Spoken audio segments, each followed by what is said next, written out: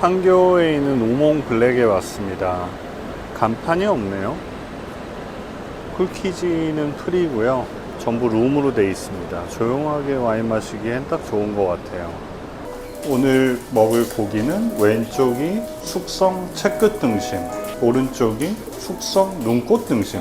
잘못 나왔네요. 안심하고 눈꽃 등심을 시켰는데 안심을 주문했는데 아까 잘못 나와서 안심으로 바꿔주셨어요. 여기 소스들 있고 밑반찬들 있고. 안심 맛있겠죠? 일단 먹고 시작하겠습니다. 안심 소금을 먼저 찍어서 먹어보겠습니다.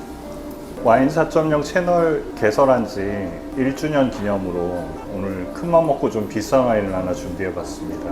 칠레 와인인데 끌로 아팔타라고 되게 유명한 와인이에요. 얼마 전에 어느 가게 갔더니 33만원 주고 팔고 있었는데 오늘 자양전통시장 새마을 구판장 갔다가 20만원 초반에 샀습니다. 거기다 다시 온누리 상품권 할인 10% 추가 들어갔죠. 이거의 세컨드 와인이 르프티 끌로우라고 걔도 한 9만원쯤 하거든요.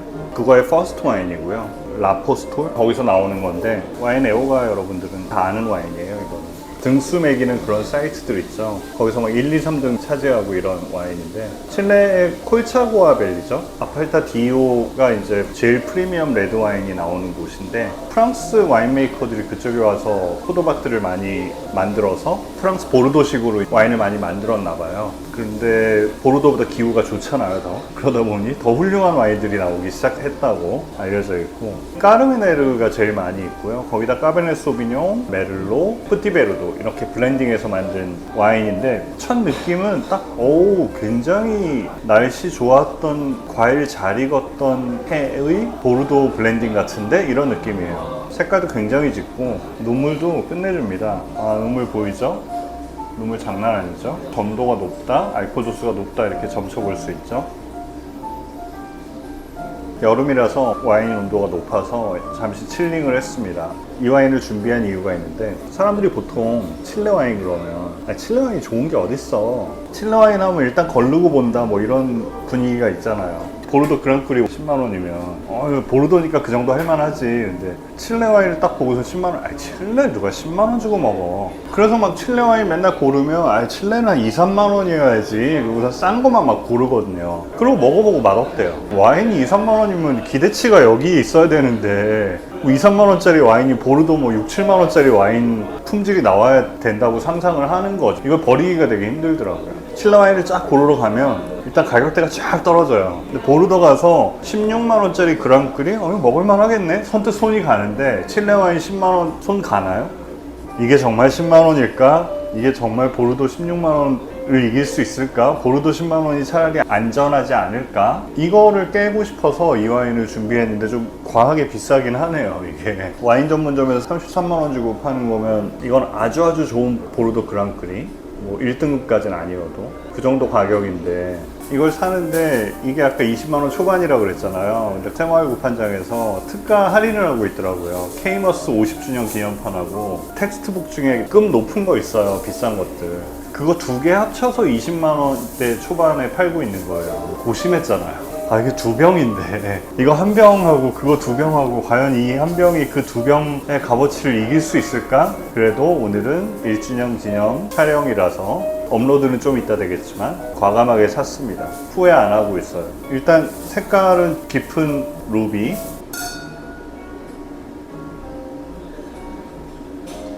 와 좋다.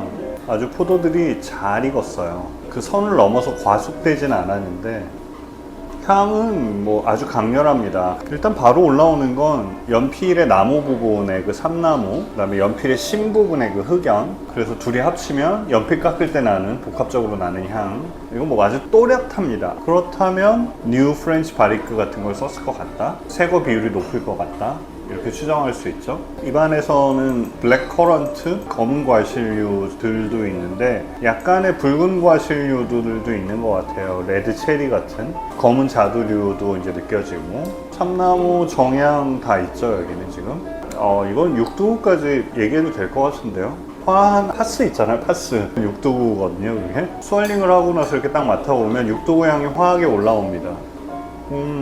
육두고 있어요. 안심을 하나 먹고. 와인 마실 때 저는 소금에 와사비가 최고로 괜찮은 것 같습니다. 먹는 순서는 안주를 먹고 술을 마십니다. 와, 고기를 3분의 2쯤 씹었을 때 와인을 넣고 같이 씹었거든요. 고기를 와인에 이렇게 졸인 것 같은 그런, 와인하고 고기가 섞이니까 이 고기 맛이 달라져요. 약간 일단 이건 보르도 좋은 와인들에 비해서 과실향이 되게 풍부해요. 느껴져요. 아, 잘 익었구나. 포도가 보르도 이길 것 같은데요. 보르도에 진짜 날씨 좋아야 한 20년에 한 번 있을까 말까 하는 그런 좋은 기후일 때 한 번 나오는 포도 맛이 여기는 계속 나오니까. 사실 이 홈페이지 들어가서 봤는데 2018년 빈티지가 21세기 들어서 최고로 좋은 기후였대요. 최고의 포도 수확이었대요. 기온도 낮았고. 자기네 홈페이지에 써 있어요. 매해마다 조금씩 다른데 이 해에도 한 절반 비슷하게 까르메네르가 들어갔죠. 까르메네르는 보르도에서 키우기 진짜 곤란한 품종이거든요. 만생종이에요. 제일 늦게 익어요, 거의. 메를로 같은 건 앞쪽에서 익어요, 다. 비 오기 전에 따버리면 되는데, 까르메네는 저 뒤쪽에서 익거든요. 아주 많이 익어야만 얘가 이제 제대로 익는데, 그래서 보르도 쪽 까르메네르는 단점들이 좀 있죠. 뭐 줄기향, 풀향 이런 게 들어가기도 하는데, 덜 익어서. 이거는 키우가 워낙 좋으니까, 이해 수확기에 비가 거의 안 왔더라고요. 끝까지 익혀서 까르메네를 딴 거죠. 그러니까 그 까르메네르가 가지고 있는 장점이 이제 완전히 부각되는 거죠. 단점은 하나도 안 보이고.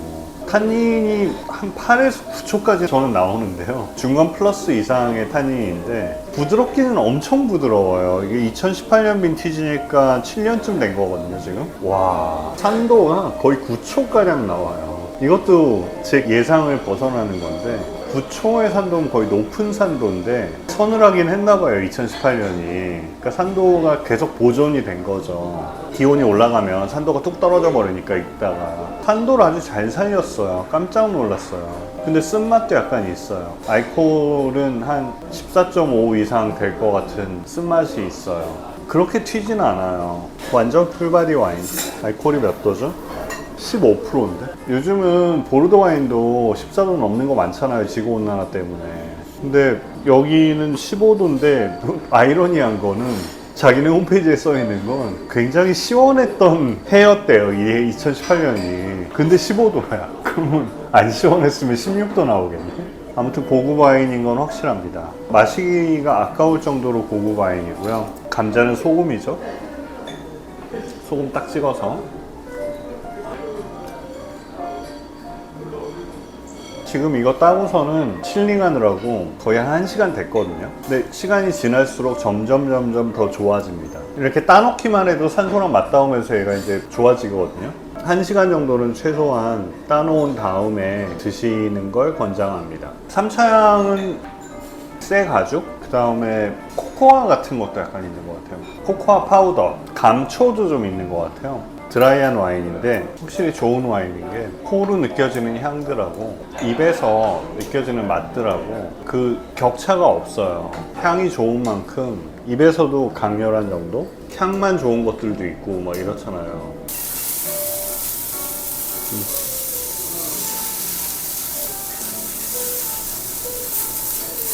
눈꽃 등심? 고기가 얇으니까 일단 잘 구워졌고, 와, 놀랐어요. 솔직히 까르메네르 제대로 만든 와인 거의 처음이거든요. 저렴한 것들은 먹어봤지만. 그래서 여러분, 칠레 와인 중에 난 내가 먹어본 건 다 엉망이었다, 훌로 아팔타 드셔보십시오. 아마 칠레 와인에 대한 고정관념이 깨질 겁니다. 이게 비싸다고요? 그러면 르프티 클로, 얘 세컨드 와인 드셔보십시오. 얘 서드 와인도 있습니다. 르프티 클로의 반 가격에 팔고 있더라고요. 한국에 들어왔는지 모르겠지만 제가 먹어본 보르도 와인들 다 이깁니다. 이거. 제가 뭐 100만원짜리를 마셔본 건 아니지만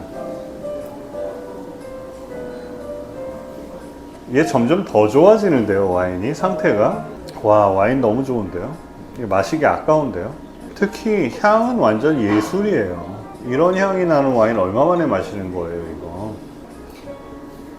와, 풍미의 강도도 강렬한, 입안이 난리가 났어요. 지금 이 강렬한을 어떻게 표현해야 되냐면, 뭔가를 마셨는데 입안에 지금 막 맛들이 나요. 근데 삼키고 났는데도 한 10초가 나요. 그래서 여운의 길이도 굉장히 긴 체리류의 여운이 아주 길게 갑니다. 삼키고 나서 10초 이상 그 맛이 계속 느껴진다는 뜻이에요. WSET 레벨 3 SAT 체계적인 평가를 해보자면 복합미 뭐 엄청납니다. 밸런스 솔직히 알코올 안 튀잖아요 지금. 아까 씁쓸한 게 있긴 있었는데 튀지 않아요. 얘는 너무 잘 만들어 놨어요. 이게 밸런스가 조화로워요. 그 다음에 풍미의 강도 강렬한, 여운의 길이 아주 긴, 10초를 넘어서는 여운의 길이. 이거는 아웃스탠딩 훌륭한 와인. 지금 마셔도 뭐 괜찮은 와인이지만 10년, 20년 숙성하면 더 좋아질 것 같은 그런 와인입니다. 아까 2013년을 샀었어야 되는 거예요.